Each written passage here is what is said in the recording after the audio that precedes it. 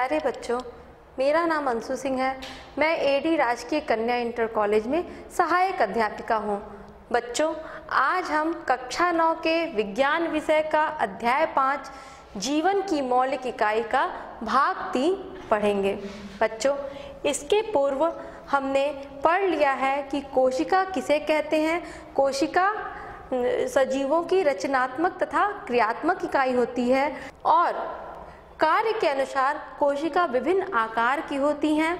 कोशिका में श्रम विभाजन पाया जाता है। प्रत्येक जीवों में कोशिका स्तर पे भी श्रम विभाजन पाया जाता है और कोशिका में उपस्थित प्रत्येक कोशिकांग का अपना विशिष्ट कार्य होता है। उसके बाद हमने पढ़ा कोशिका का संगठन, जिसमें हम देखें कि कोशिका प्लाज्मा झिल्ली,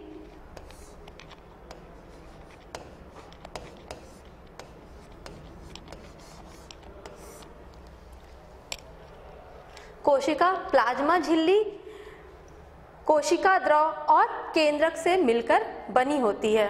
इसमें हमने प्लाज्मा झिल्ली के बारे में पढ़ा कि प्लाज्मा झिल्ली सभी कोशिकाओं की बाह्य आवरण होती है और विभिन्न पदार्थों का आवागमन प्लाज्मा झिल्ली द्वारा परासरण और विसरण विधि से होता है। उसके बाद हमने पढ़ा कोशिका भित्ति। कोशिका भित्ति केवल पादप कोशिका में पाई जाती है और पादप कोशिका में प्लाज्मा झिल्ली के बाहर कोशिका भित्ति का आवरण पाया जाता है, जो एक मजबूत आवरण का काम करती है पादप कोशिका में। उसके बाद बच्चों हमने पढ़ा कोशिका द्रव और कोशिकांग के बारे में, जिसमें हमने देखा विभिन्न कोशिकांग जैसे माइटोकॉन्ड्रिया, गोल्गी बॉडी, लाइसोसोम आदि कोशिकांग के अपने विशिष्ट कार्य होते हैं, जिसके द्वारा कोशिका अपनी जैविक क्रियाओं को सुचारू रूप से कर सकती है। साथ ही साथ हमने देखा कि प्रत्येक कोशिकांग के बाहर एक आवरण होता है, झिल्ली होती है, जिससे वो अपने विशिष्ट कार्य को सुचारू रूप से कर पाती हैं। बच्चों, आज हम कोशिका का अगला पार्ट केंद्रक पढ़ेंगे और उसके साथ कोशिका विभाजन पढ़ेंगे। बच्चों, केंद्रक कोशिका का नियंत्रण कक्ष होता है और केंद्रक जो है वो जंतु कोशिका में मध्य में पाया जाता है, जबकि पादप कोशिका में देखा जाए रिक्तिका की वजह से किनारे चला जाता है। जंतु कोशिका में मध्य में होगा, लेकिन पादप कोशिका में रिक्तिका की वजह से वो किनारे चला जाता है। बच्चों, केंद्रक 4 भागों से मिलकर बना होता है। केंद्रक झिल्ली, केंद्रक का सबसे बाहरी आवरण केंद्रक झिल्ली, उसके अंदर जो द्रव होता है उसको केंद्रक द्रव कहते हैं। केंद्रक में जाल जैसी संरचना होती है जिसको क्रोमेटिन धागे कहते हैं और ये केंद्रिका। इन 4 भागों से मिलकर केंद्रक का निर्माण होता है। बच्चों, केंद्रक का जो बाह्य आवरण होता है केंद्रक झिल्ली, ये दोहरी झिल्ली होती है और इसमें ये भी प्लाज्मा झिल्ली जैसी ही होती है। इनमें जगह जगह छिद्र पाए जाते हैं, जिससे कि केंद्रक द्रव और कोशिका द्रव में पदार्थों का आवागमन इसी केंद्रक छिद्र द्वारा, केंद्रक में उपस्थित छिद्र द्वारा होता है। उसके बाद देखिए केंद्रक द्रव। बच्चों, कोशिका द्रव जो केंद्रक के अंदर होता है उसको केंद्रक द्रव कहते हैं और केंद्रक द्रव में क्रोमेटिन, तंतु और केंद्रिका पाया जाता है। बच्चों, क्रोमेटिन तंतु को केंद्रकीय जाल भी कहते हैं, केंद्रकीय जालिका भी कहते हैं और जब कोशिका विभाजन होता है उस समय ये क्रोमेटिन तंतु छड़नुमा संरचना में परिवर्तित हो जाती हैं, जिनको गुणसूत्र कहते हैं और इन गुणसूत्रों पे डीएनए पाया जाता है।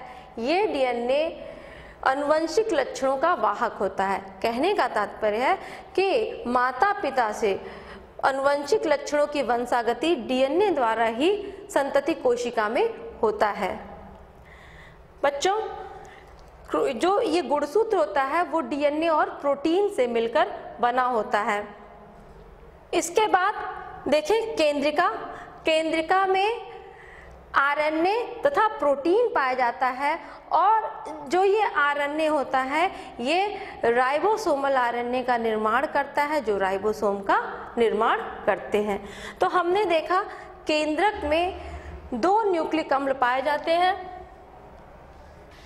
डीएनए यानी डीऑक्सी राइबोन्यूक्लिक एसिड, राइबोन्यूक्लिक अम्ल, तथा आरएनए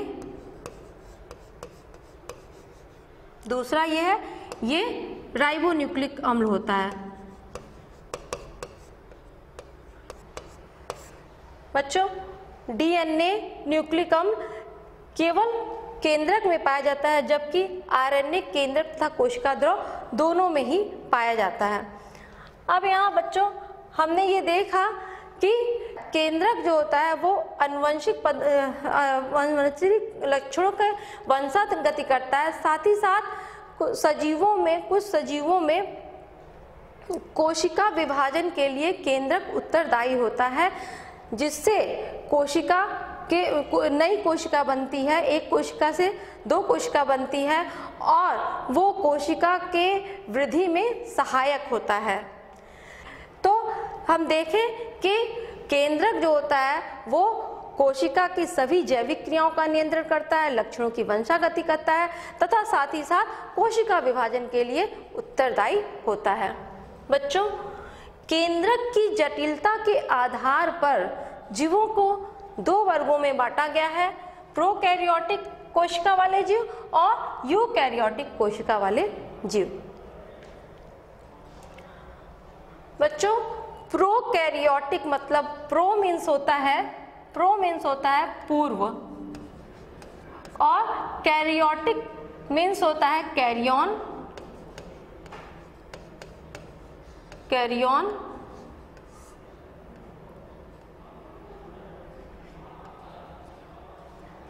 जिसका अर्थ होता है केंद्रक। जिन जीवों में प्रोकैरियोटिक कोशिकाएं पाई जाती हैं उनको प्रोकैरियोट्स कहते हैं, जैसे बैक्टीरिया तथा नीले हरे शैवाल। इसी प्रकार जिन जीवों में यूकैरियोटिक कोशिकाएं पाई जाती हैं उनको यूकैरियोट्स कहते हैं, जैसे जंतु कोशिका तथा पादप कोशिका। मतलब यहाँ पे हमें यूकैरियोटिक कोशिका वाले जीव में स्पष्ट केंद्रक होता है, विकसित केंद्रक होता है, और केंद्रक चारों तरफ दोहरी झिल्ली से आवृत होता है। साथ ही साथ इसमें विभिन्न कोशिकांग पाए जाते हैं, कोशिकांग भी झिल्ली से आवृत होते हैं। यूकैरियोटिक कोशिका में माइटोकॉन्ड्रिया, लाइसोसोम, गोल्जी बॉडी आदि विभिन्न कोशिकांग पाए जाते हैं। बच्चों, हम जानते हैं यूकैरियोटिक कोशिका में विभिन्न कोशिकांग पाए जाते हैं जो अपना विशिष्ट कार्य करते हैं, जबकि प्रोकैरियोटिक कोशिकाओं में ये सारे कार्य कोशिका द्रव द्वारा ही किए जाते हैं। बच्चों, प्रोकैरियोटिक कोशिका में केंद्रक स्पष्ट नहीं होता है, केंद्रक आवरण या केंद्रक झिल्ली से घिरा हुआ नहीं होता है, तो कोशिका द्रव में ही केंद्रक पदार्थ पड़े होते हैं, और इसमें केवल डीएनए होता है, डीएनए के संग प्रोटीन नहीं पाया जाता है। जबकि यूकैरियोटिक कोशिका में हमने पहले पढ़ लिया है कि केंद्रक सुस्पष्ट तथा जटिल होता है। इसी तरह जो प्रोकैरियोटिक कोशिका होती है इनमें ज़्यादातर कोशिकांग नहीं पाए जाते हैं, जैसे माइटोकॉन्ड्रिया, लाइसोसोम, गोल्जी काय और प्लास्टिड नहीं पाए जाते हैं, जबकि यूकैरियोटिक कोशिका में सारे कोशिकांग विकसित होते हैं। तो प्रोकैरियोटिक कोशिका के कोशिका द्रव में ही सारे कोशिकांगों के कार्य कोशिका द्रव द्वारा ही संपन्न किए जाते हैं। चूँकि प्रोकैरियोटिक कोशिका में प्लास्टिड नहीं पाया जाता है, इसलिए प्रकाश संश्लेषी बैक्टीरिया में क्लोरोफिल थैलीनुमा संरचना में पाई जाती है, जबकि यूकैरियोट्स में प्लास्टिड पूर्ण डेवलप होते हैं। अब आइए बच्चों देखें कोशिका विभाजन क्या होता है। बच्चों, नई कोशिकाओं के बनने की प्रक्रिया को कोशिका विभाजन कहते हैं। कोशिका विभाजन वृद्धि के लिए तथा उत्तकों के मरम्मत के लिए आवश्यक होता है, तथा कोशिका विभाजन द्वारा युग्मक का निर्माण भी होता है। बच्चों, कोशिका विभाजन दो प्रकार का होता है, सूत्रीय कोशिका विभाजन और अर्धसूत्रीय कोशिका विभाजन। आइए देखते हैं सूत्रीय कोशिका विभाजन और अर्धसूत्रीय कोशिका विभाजन क्या होता है। बच्चों, सूत्रीय कोशिका विभाजन नई कोशिका के निर्माण के लिए किया जाता है।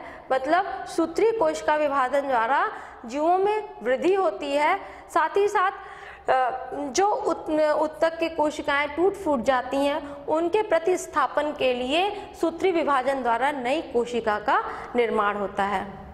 सूत्रीय विभाजन में क्या होता है कि मातृ कोशिका में विभाजन होता है और उससे दो नई संतति कोशिका बनती हैं।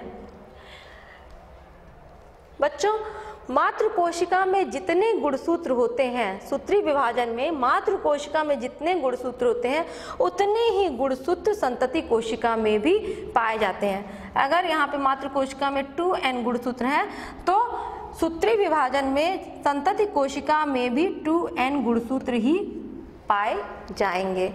इसीलिए यहाँ पे मातृ कोशिका के प्रतिलिपि बोलते हैं संतति कोशिका को। और हम ये जान रहे हैं कि सूत्रीय विभाजन द्वारा जीवों में वृद्धि तथा उत्तकों में मरम्मत के लिए नई कोशिकाओं का निर्माण होता है। अब आइए देखते हैं अर्धसूत्रीय विभाजन क्या होता है। बच्चों, युग्मक निर्माण के लिए अर्धसूत्रीय विभाजन होता है। बच्चों, जीवों के जनन कोशिका में तथा कुछ विशिष्ट उत्तकों में अर्धसूत्रीय विभाजन होता है जिसके द्वारा युग्मक निर्माण होता है और इस युग्मक द्वारा निषेचन क्रिया से संतति कोशिका का निर्माण होता है। आइए देखें अर्धसूत्रीय विभाजन किस प्रकार से होता है। अर्धसूत्रीय विभाजन में मातृ कोशिका का विभाजन 2 बार होता है और इसके फलस्वरूप मातृ कोशिका से 4 संतति कोशिका का निर्माण होता है। और इस विभाजन में मातृ कोशिका में उपस्थित गुणसूत्रों की संख्या के आधे गुणसूत्र संतति कोशिका में रह जाते हैं। अगर मातृ कोशिका में 2n गुणसूत्र हैं तो संतति कोशिका में केवल n गुणसूत्र ही रह जाते हैं, जिसकी वजह से हम ये कहते हैं कि संतति कोशिका मातृ कोशिका से भिन्न होती है, क्योंकि चूंकि यहाँ पे गुणसूत्रों की संख्या 2n है और यहाँ पे गुणसूत्रों की संख्या n रह गई। इस वजह से यहाँ मातृ कोशिका में जितने डीएनए होंगे उसके आधे ही डीएनए संतति कोशिका में रह जाते हैं और जो ये नई संतति कोशिका बनी इसी को युग्मक कहते हैं और निषेचन के पश्चात ये युग्मक नई संतति का निर्माण करते हैं। अब आइए बच्चों, हम ये देख लिए, हमने कोशिका का संगठन पढ़ लिया। हम ये देख लिए कि कोशिका प्लाज्मा झिल्ली, केंद्रक तथा कोशिका द्रव से मिलकर बनी रहती है। हमने पादप कोशिका, जंतु कोशिका का संगठन पढ़ लिया, लेकिन पादप कोशिका और जंतु कोशिका की संरचना में कुछ अंतर होते हैं, बाकी सारी कोशिकांग एक समान होते हैं। तो आइए देखें क्या वो कुछ अंतर हैं। बच्चों, जो पादप कोशिका होती है उसके चारों तरफ कोशिका भित्ति पाया जाता है, जबकि जंतु कोशिका में कोशिका भित्ति का पूर्णतः अभाव होता है। साथ ही साथ बच्चों हम ये देखिए, रसधानी पादप कोशिका में एक बड़ी रसधानी पाई जाती है, जबकि जंतु कोशिका में छोटी छोटी रसधानियां पाई जाती हैं। इसी तरह पादप जंतु कोशिका में तारक काय पाया जाता है। ये देखिए, जंतु कोशिका में तारक काय पाया जाता है, जबकि पादप कोशिका में तारक काय का अभाव होता है। जंतु कोशिका में गोल्जी काय पुट्टिका के रूप में पाया जाता है, जबकि पादप कोशिका में गोल्जी काय छोटे छोटे होते हैं। बच्चों, जंतु कोशिका में प्लास्टिड नहीं पाया जाता है, जबकि पादप कोशिका में प्लास्टिड पाया जाता है और उसी प्लास्टिड में का प्रकार हरित लवक होता है, जिसमें प्रकाश संश्लेषण की क्रिया होती है। तो इस प्रकार हमने पादप कोशिका और जंतु कोशिका में ये अंतर देखा। इसके अलावा पादप कोशिका और जंतु कोशिका एक समान होती हैं और इसके अलावा जितने भी कोशिकांग होते हैं वो पादप कोशिका और जंतु कोशिका दोनों में ही पाए जाते हैं। आइए बच्चों देखें कुछ वैज्ञानिक और कोशिका संबंधित उनके खोज को। 1665 में रॉबर्ट हुक ने कोशिका की खोज की थी। हमने प्रारंभ में ही बताया कि कार्क कोशिका के द्वारा कोशिका को सबसे पहले रॉबर्ट हुक ने देखा था, लेकिन कार्क कोशिका मृत कोशिका होती है और उसमें जो प्रकोष्ठ देखे रॉबर्ट हुक ने उसको उन्होंने कोशिका नाम दिया। उसके बाद 1674 में ल्यूवेनहॉक ने तालाब के जीवों में जीवित कोशिका को देखा। 1831 में रॉबर्ट हुक ने केंद्रक की खोज की। उसके बाद 1839 में पुरकिंजे ने कहा कि कोशिका के अंदर जो द्रव होता है उसको जीव द्रव्य कहते हैं। उसके बाद 1838 में पादप जगत के वैज्ञानिक स्लीडन और 1839 में जंतु जगत के वैज्ञानिक श्वान ने कोशिका सिद्धांत प्रस्तुत किया। कोशिका सिद्धांत में उन्होंने बताया कि सजीव जो होता है कोशिकाओं से मिलकर बने होते हैं और सजीवों की रचनात्मक तथा क्रियात्मक इकाई कोशिका होती है। इसी कोशिका सिद्धांत को आगे बढ़ाया विर्चो ने। 1855 में विर्चो ने कोशिका सिद्धांत को आगे बढ़ाया।